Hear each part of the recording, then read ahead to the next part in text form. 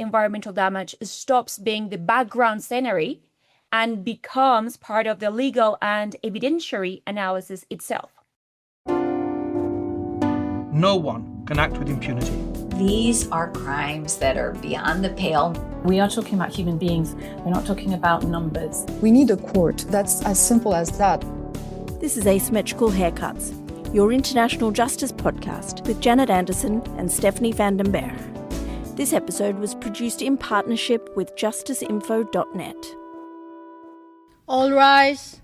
Hi, it's Janet here. I'm still alone, unhappily, but Steph will be back soon. Meanwhile, today we are adding a sort of building block to one of our ongoing strands, which is accountability for environmental crimes. This is a really busy field. One of the sponsors, where we're recording today, for example, this is Humanity Hub. It actually has somebody working specifically on climate justice.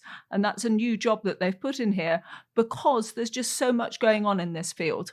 There are these big advisory opinions that we've covered, like at the International Court of Justice, at the Tribunal for the Law of the Sea, and there have been national cases, like here in the Netherlands, where we had Bonaire, which is a place in the Caribbean, but it's actually officially part of the Netherlands, and they were taking their own state to court over what was going on with the environmental degradation in Bonaire.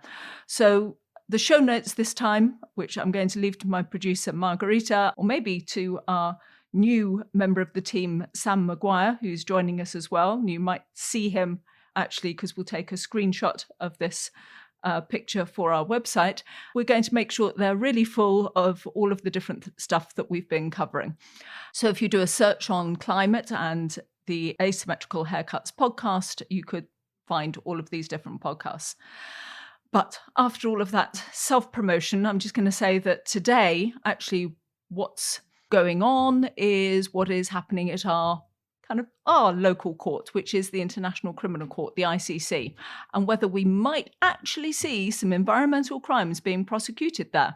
That's been lobbied for as long as I can remember, basically since the court was set up, but as far as I'm aware, has never actually happened. Of course, what we have had, and we have covered previously, is kind of a sidetrack or a push, let's say, a really important one, to amend the Rome Statute, which is the basic document that governs the ICC, and to ask whether it could include a fifth environmental crime, ecocide. And of course, we'll link to that episode as well in the show notes, or here's a little bit of a drum roll from me. Bum, bum, bum, bum. Maybe the lawyers could just use what's actually there in the Rome Statute currently, war crimes, crimes against humanity and genocide, and do the environmental damage via that. That's what we're going to discuss today. So the reason for this podcast, last December, our producer, Margarita Capacci. Hi, Margarita. Hi. She attended a session of the Assembly of States Parties of the ICC here in The Hague, and there the Office of the Prosecutor launched a strategy, a very long document. So Margarita, what's the too long didn't read? Tell us what's the headline from that? What was interesting to me was that at the event, they put a definition to environmental crimes according to this policy, and they explained how they can prosecute damage that is done to the environment, but also damage that is done to people by the means of environmental crimes, and how they can prosecute that within the framework of the four existing crimes. And they gave some concrete examples and some challenges. And as you say, we've been following environmental crimes and accountability for quite a while. So it was interesting to me to see this new kind of step or new approach, let's say. Okay, that was longer than I expected, but much more detail than I had expected. And I think maybe we don't even need to do the podcast. No, of course we do. So straight after the event, Margarita grabbed one of the panelists, Laura Baron-Mendoza, and she's here to explain exactly what is new and why it matters and how it's going to work. Hi, Laura. Hello, everyone. I'm genuinely delighted to join you today. Laura's a Colombian lawyer and she specializes in international human rights, and she was actually one of the consultants for this policy. So, Laura, what I understand is that even though I can go through the whole Rome statute with a fine-tooth comb, and I can look particularly at Article 5, which is the bit that lists the actual crimes that can be prosecuted at the ICC, and I can say, okay, environment doesn't come up there at all. The strategy, though, that you consulted on and that Marguerite has just summarised for us says that under the current crimes, like war crimes, crimes against humanity, genocide, maybe even aggression, but let's take the first big three, they could be the basis for charges around environmental damage. So how is it, just quoting directly from the strategy, here's a quote from it, committed by means of or that result in environmental damage. Let's start. Have I got that right? Have we got that right? What does that mean? So let's get messy legally and intellectually. Let me begin by reframing a little bit the premise, because this is one of the biggest misunderstandings surrounding the ICC's new policy on addressing environmental damage. So despite the use of the words environmental crimes, the ICC has not created a new category or a new crime. Instead, what the policy does is remind us and operationally guide the Office of the Prosecutor that the Rome Statute already deals with environmental harm in 3 different ways. 2 of those you mentioned, and the third one ties it all together. So the first scenario is the classic environmental war crime. This is our starting point. So Article A2B4, it is and remains the only provision in the entire Rome Statute that explicitly protects the natural environment as such. This is the war crime of launching an attack, knowing it will cause widespread, long-term, and severe damage on the environment. So it's a beautiful idea on paper, but the threshold is so extraordinarily high that for 2 decades, it has essentially lived in a doctrinal museum, untouched. We can say that. And that's exactly why the OTP realized it needed a broader framework. Relying only on this one article made environmental accountability nearly impossible. So how would that work, Laura? So we do have a second scenario, which includes crimes committed by means of environmental damage. This second scenario is where things get more dynamic. Here, environmental damage becomes the method, the tool, or the mechanism through which a Rome Statute crime is committed. And this is powerful because it transforms environmental harm into evidence. It means investigators, documenters, prosecutors, and judges can consider environmental damage when verifying whether an element of genocide, crimes against humanity, war crimes, or aggression is present. So, in other words, environmental damage stops being the background scenery and becomes part of the legal and evidentiary analysis itself. And we do have the third scenario. So, crimes resulting in environmental damage, as you rightly put it. And the third scenario flips the lens. Here, environmental harm is not the weapon, it's the consequence. And consequence matters. So environmental destruction becomes contextual information that influences how we understand gravity, the scale, the impact of the crime, prioritization, sentencing, and reparations at some point. So again, no new crime, but a profoundly expanded lens. Wow, that's a lot put in there. I mean, particularly that last part, that it's the effects, and therefore that could have an effect on sentencing and, as you say, finally reparations. But should we wind back to, you say for 2 decades it's been, in the museum, we haven't been able to use that. And you say that's just because it's such a high threshold, what the way that it's worded. Is the way that it's worded, was that kind of copy pasted from somewhere else? And is therefore just the Rome Statute reflective of how everybody thought when it was being drafted that this is the way it should be? Or have we started seeing the world differently in the last 20 years? I want to understand the process by which we're now revisiting this. This is such a key question because, of course, this the first thing I want to say is that the policy isn't some sudden pivot or surprise move from the ICC. Perhaps the policy paper is just the continuation of a process that started years ago. So back in 2016, the prosecutors signaled that environmental harm mattered for case selection. It wasn't yet a full framework, but it was a clear message. So it was that when crimes involve destroying ecosystems, exploiting natural resources, or disposing communities on their land, the ICC should pay attention. So we saw hints of this environmental lens in practice too. We saw, for example, former Sudanese President Omar al-Bashir, who was charged with furthering genocidal policies through poisoning wells and destroying water pumps, though the case hasn't reached trial. And then the ICC has issued also arrest warrants for serious Russian military officials for attacks on civilian objects and energy infrastructure in Ukraine. So whether environmental harm is explicitly part of the charges remains unclear because the warrants are sealed. But all of this built pressure, legal, political, scientific, until the office essentially said, we need a dedicated, coherent policy that reflects the reality of today's conflicts, which was not included at first in the early 2000s. So the new policy isn't a sudden invention. It is the moment when scattered pieces were finally assembled into a structured operational approach. So I would say that it was just the momentum has been trying to be built over the past 2 decades to reach to today's moment or peak. Okay, so what is actually new about this policy paper? Let me start by saying that for decades, international criminal law tended to treat the environment as a set of separate objects. So a forest here, a river there, a field somewhere else. So this policy sweeps that away.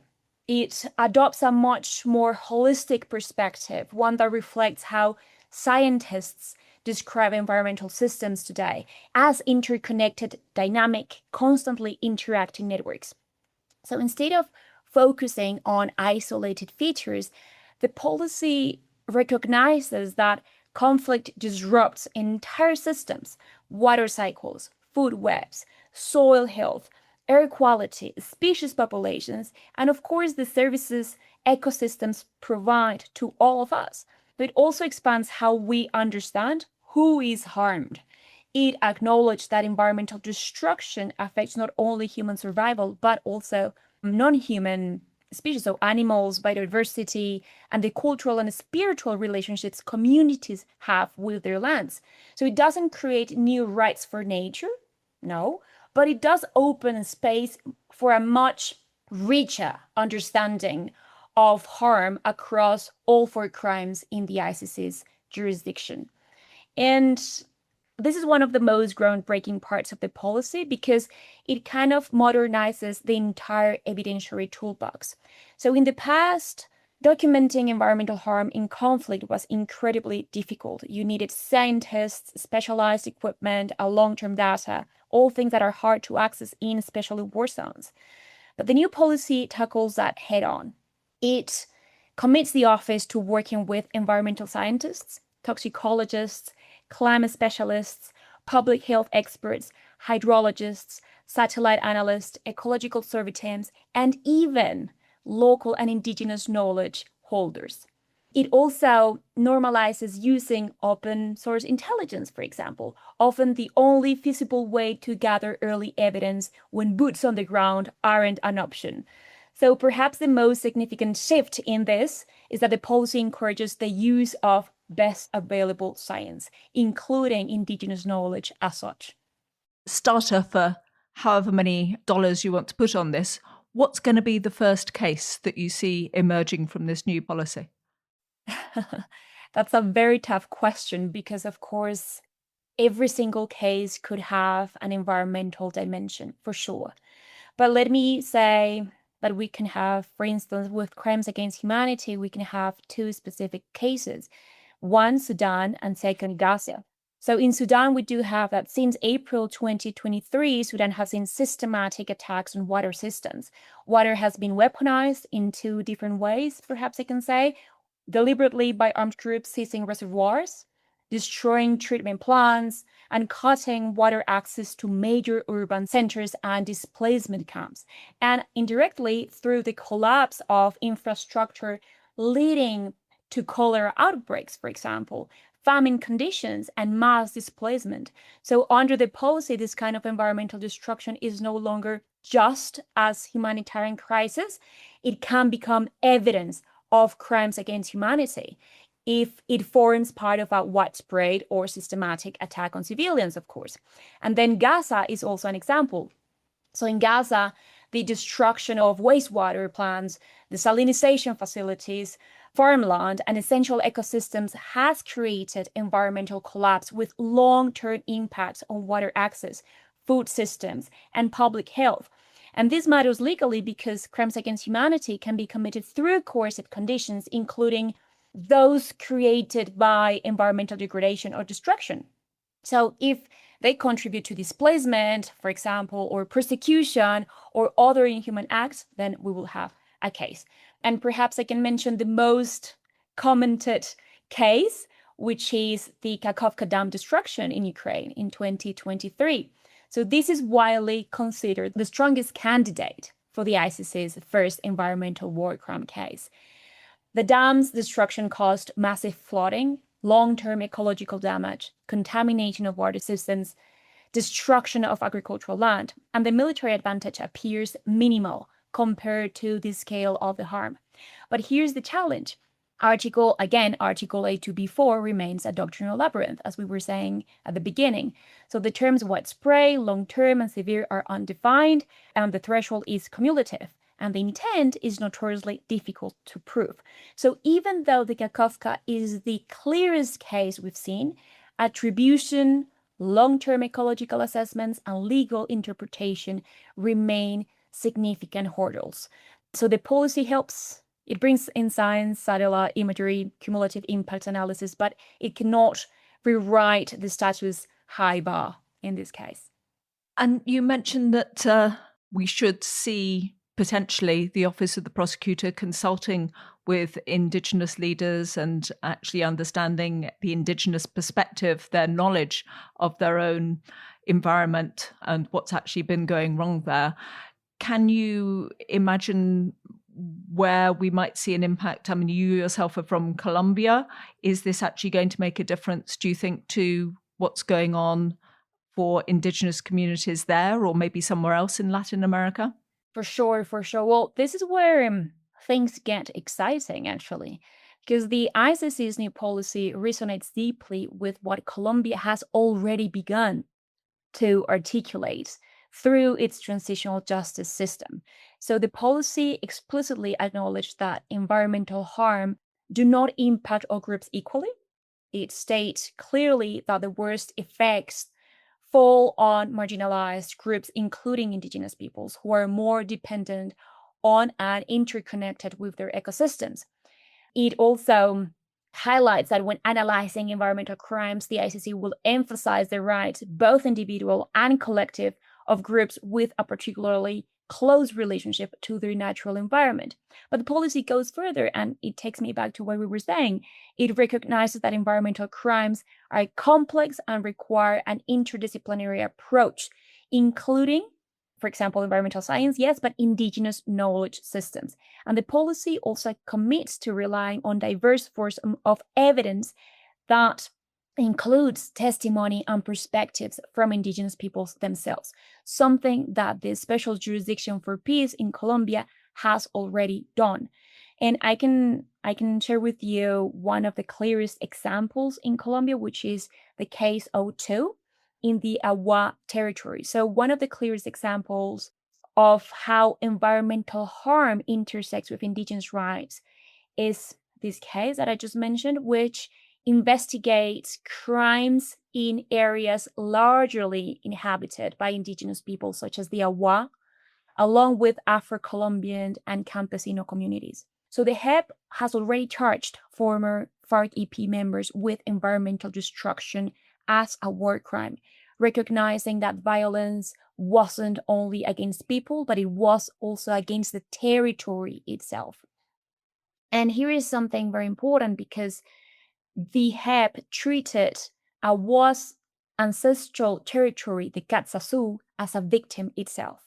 Something that perhaps we're not going to see going as far for the OTP, but perhaps it's just a precedent to start analyzing how we define the concept of victim when indigenous peoples will be before the court. So that is legally and symbolically groundbreaking.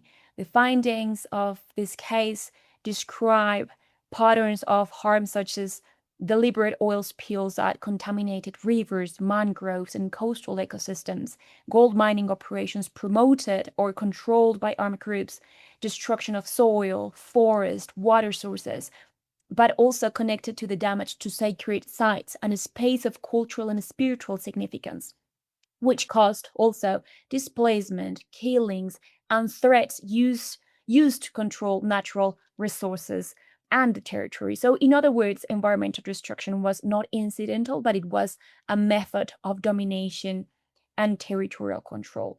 Margarita, would you like to join in? Yeah, a question popped in my mind because I know you said at the start of the conversation that the environment is not going to become a victim in itself. But I was wondering, we have done an episode before about this lagoon in Spain, Mar Menor, and that became like a legal personhood. A legal person. And that also, I guess, matters when it comes to reparations. So I was wondering, what kind of space does the polity create for that, for also reparations, not just to the people, but also to the environment and the ecosystem itself? It's very limited because, of course, it starts with the definition of who is a victim, right?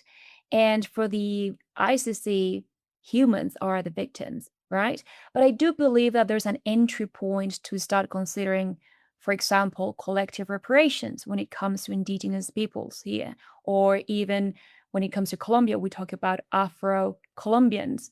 And perhaps the HEP could be a good example for the ICC in the future to explore other avenues. And one of the most innovative aspects of this case that I was telling you about, case 02, is how the HEP understood territory itself. It didn't treat territory as land in a property law sense, but it embraced the way many indigenous peoples have said territory is alive.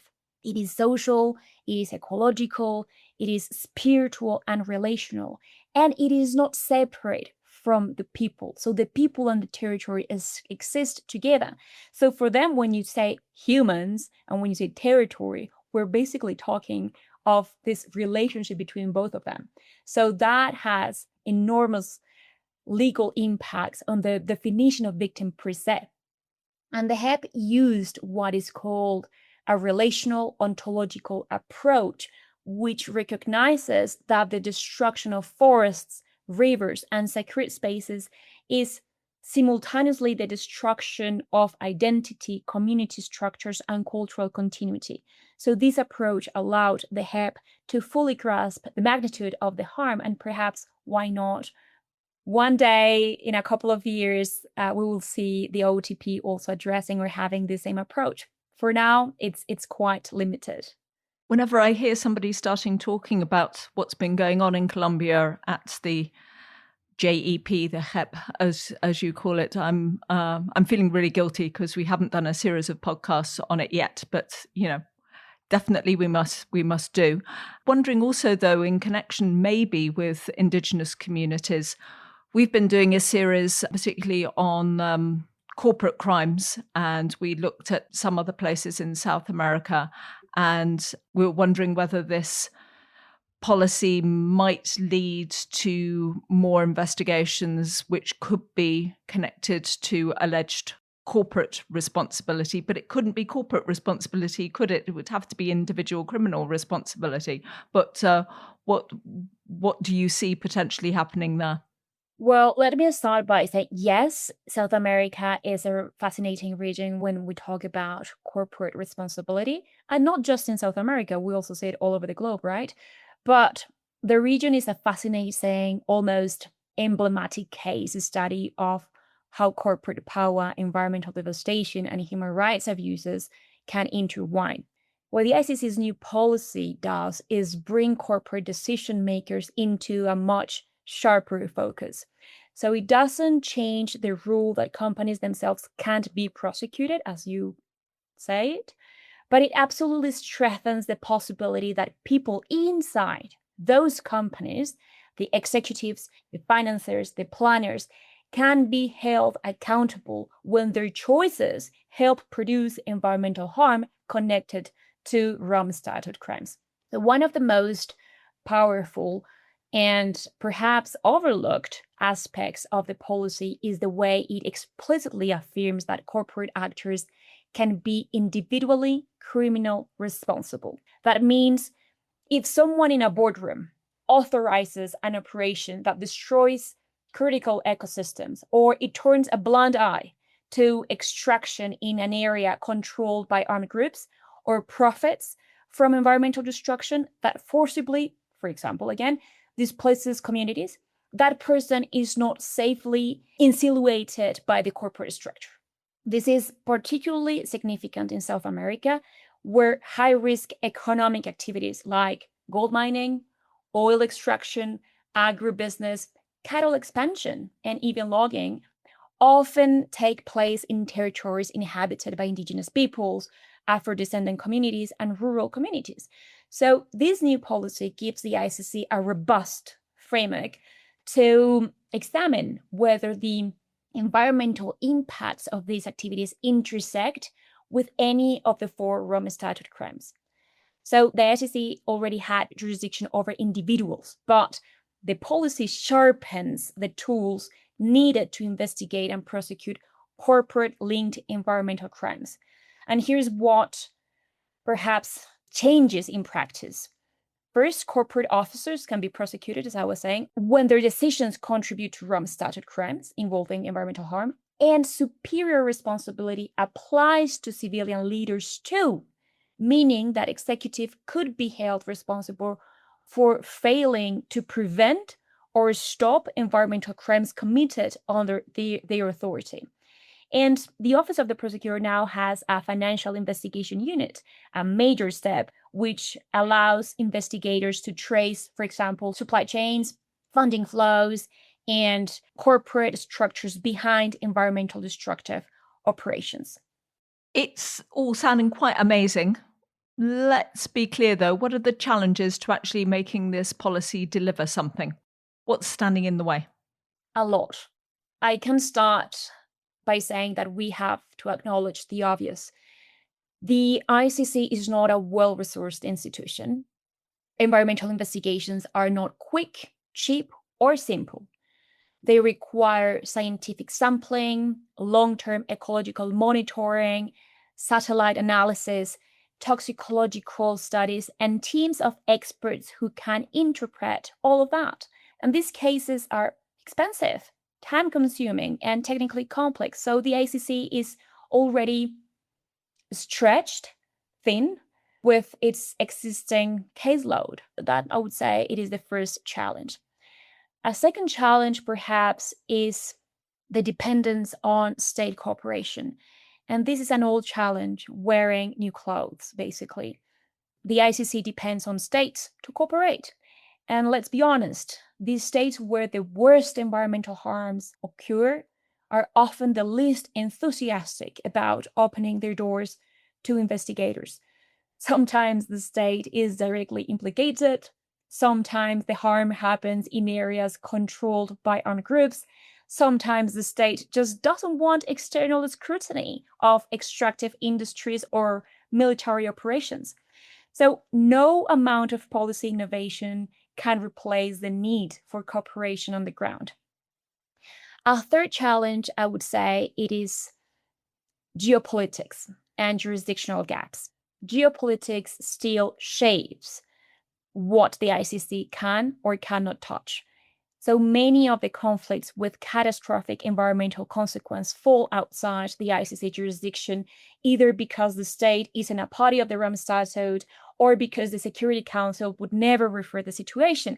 So even when the jurisdiction exists, political pressure can stall or narrow investigations. The environmental crimes often intersect with powerful political and economic interests. And those interests can make accountability extremely difficult. And perhaps a fourth challenge that we already mentioned is the legal hurdle no one can ignore, which is Article 82b4. But that's precisely why the new policy shifts attention away from relying on this one crime, and it recognizes that realistic accountability will come through reframing environmental harm within other crimes. I mean, you acknowledge that the ICC is part of a bigger kind of ecosystem, and that sometimes that means that there are constraints, but it also means that sometimes other courts can actually take things on. So how do you see this as kind of one piece of the puzzle, and that we should also be looking at this sort of in relation to, let's say, the development of the crime of ecocide elsewhere, what's going on at the International Court of Justice, the Inter-American Court? You know, I've got a whole long list of stuff that Margarita's stuffed in here. How do you think it all fits in here? Yes, let me start by saying that the policy paper is not a magic wand, right? So it is a major step toward making environmental destruction visible as a criminal harm. And I love your question because it reminds us that the ICC new policy is not operating in a vacuum. It's not a tile in a mosaic, a growing global architecture of environmental accountability. So I would start by saying or mentioning the ecocide movement that you also referred to. This policy is not competing with ecocide efforts, and it's not a substitute for them either. If anything, it's evidence that the world is moving in the direction that ecocide advocates have been pointing to for years. They need to treat severe environmental destruction as a matter of criminal responsibility. So the initiative to criminalize ecocide at the international level, driven by Pacific states, civil society, and increasingly states themselves, is doing essential work by putting nature and planetary stability at the center of legal thinking. But there is still a long road ahead. We need a definition of ecocide that is clear, operational, legally sound, and not dependent on vague economic or cost-benefit calculations that dilute its purpose. So the ICC's new policy doesn't create ecocide, but it shows why ecocide is needed. And it works with the law as it currently exists, as you mentioned at the beginning of this conversation. So while ecocide pushes for the law we need for the future, the policy works with what we have right now. You mentioned also ICJ, Inter-American Court, European Court, and other human rights tribunals. So this is perhaps one of the most exciting parts for me as a human rights lawyer, because the Human Rights Court and the ICC are finally speaking to each other expressly. So conceptually, and even if not directly, I would say.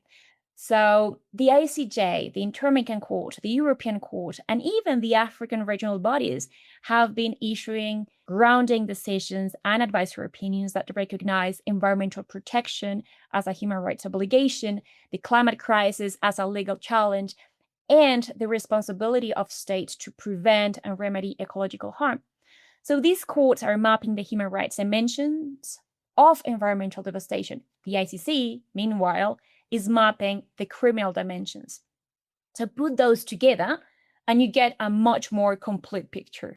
For example, when the Inter-American Court says that environmental degradation violates cultural rights, territorial rights, or even the right to life, the right to a healthy environment, the ICC can look at those same harms in the right circumstances and ask, do these human rights violations also amount to crimes against humanity, perhaps persecution or forcible displacement or other acts within our jurisdiction?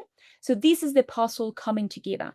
Human rights law diagnoses the harm, I would say, and international criminal law can respond when that harm crosses into criminality. You kind of gave an explanation there of how it relates to ecocide and the development of ecocide. I must admit, though, that kind of in my brain, I've been following the developments over the pressure for ecocide as this fifth crime, within the court. And we know that that's basically not possible because it's very difficult to get enough states to sign up to anything to change anything in the Rome Statute. So it does seem to say, let's not change the statute and let's make the policy instead work. But it also says in your policy that states themselves should be prosecuting ecocide. I mean, isn't that a little bit hypocritical? I think the policy certainly emerged in the same climate, intellectual, legal, and political. And the ICC can't just decide to create a new crime, as you said. Only state parties can amend the Rome Statute. And for that, you need consensus, you need negotiations, you need drafting, ratification, and also political will at the highest levels. And that process takes years, sometimes decades. So the question becomes, what can the ICC do in the meantime with the law as it exists right now? And that's exactly what this policy does. It uses the legal tools already in the statute and shows how they can capture environmental harm today without waiting for formal amendments. The policy is not a substitute, but it's a validation of the need to have a fifth crime, which is ecocide. So because when the prosecutor says we can use existing crimes to address environmental harm, what the prosecutor is actually saying, or is also saying, is, and we still need more. So the effort to define ecocide led by states, Pacific nations, is crucial, but ecocide needs a clear definition that avoids vague economic balancing. So it's not about clashing initiatives, it's about complementary initiatives. And the work is ongoing. Stop Ecocide is doing a wonderful job here. And this policy buys time by strengthening accountability before ecocide becomes part of the statute. We always round up the podcast, Lara, with a few general questions. And the first one is there something that we should have asked you that we haven't managed to get around to asking you? I think there are a lot of questions. I mean, this policy paper opens a lot of avenues. So, for instance, questions about complementarity and cooperation, questions about the next steps, questions about different types of environmental governance and how do they influence the analysis, legal analysis of the Rome Statute crimes. Lara, I'm going to put you on the spot then. Pick one of all of those. What would you like to answer as your last sort of major additional question? Let's dive into the complementarity question, because complementarity and cooperation is not just part of the model here. It is the model. Capacity will always be a challenge, and the ICC isn't a global police force with unlimited resources. But this strategy here is smart. The ICC isn't trying to handle everything itself. It's trying to activate others. So think of the ICC less as the protagonist and more as the conductor, coordinating, guiding, supporting, and stepping in only when absolutely necessary. So if there is one message running through this policy, it's that enforcing environmental accountability requires a collective ecosystem of actors, not a single heroic institution. The Rome Statute was built on the principle that states carry the primary responsibility to investigate and prosecute international crimes. So the ICC steps in only when a state can or won't do so. So this policy embraces that vision and emphasizes on the positive complementarity. That means the ICC isn't sitting in The Hague waiting for failure, but it is out there proactively helping states build the capacity to act themselves. So the policy guides the Office of the Prosecutor to do more than observe. It can share intelligence and evidence, help design investigative strategies, collaborate in case selections, and many more other actions it can carry out. So many states want to act, but simply don't have the tools to do so. So the ICC can help change that a little bit. The policy also clarifies how cooperation works. So it adopts the two-track system that the policy on complementarity developed, which is track 1, partnership, and track 2, vigilance. Margherita, you would like to ask a final question? This is a more recent question that Steph put in place. You can answer it two ways. So it's, what was your oddest job before you started doing your current job or before you started working in international justice? Or was there a moment that really put you on this path, that really sparked your interest in this field? Yes, well, there are two moments that brought me into this field. The first one is the fact of growing up in Colombia, a country that hasn't seen a single day without armed conflict. And like most Colombian families, mine has lived it in different ways. That personal reality pushed me toward international law. And then once there, I started working directly with victims and former FARC members. That's when I discovered this incredible complex relationship between conflict and environment.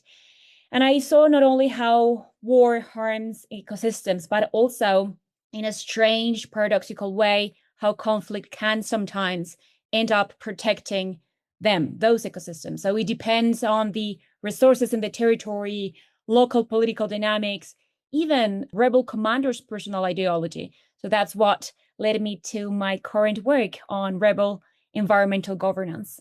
And digging into their relationship with nature and the way that they depended on nature to survive and also to acquire a sense of legitimacy.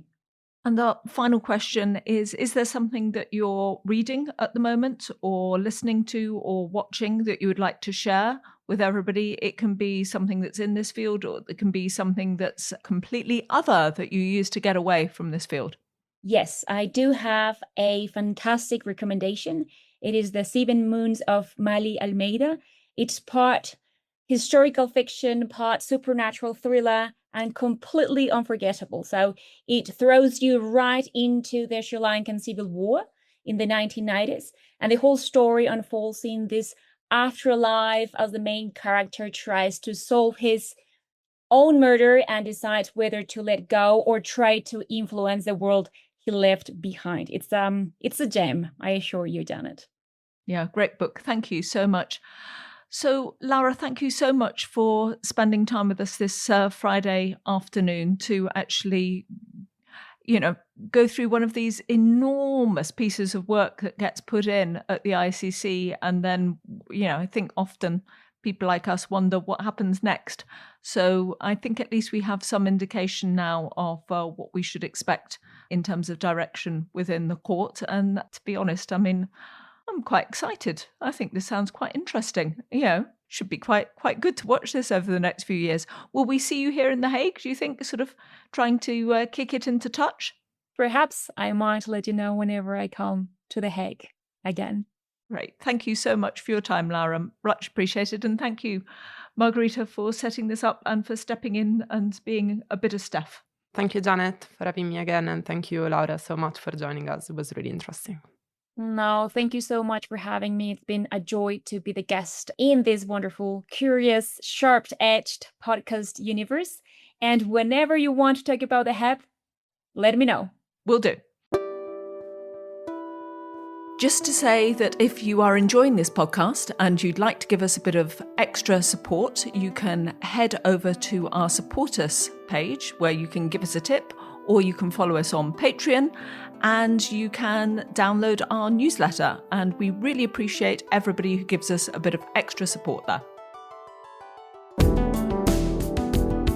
This was Asymmetrical Haircuts, your international justice podcast. Created and presented by Janet Anderson and Stephanie Vandenberg. This episode was created in partnership with justiceinfo.net, an independent site covering justice efforts for mass violence, and with the Hague Humanity Hub. Music is by autonautics.com. You can find show notes and everything about the podcast on asymmetricalhaircuts.com. This show is available on every major podcast service, so please subscribe, give us a rating, and spread the word.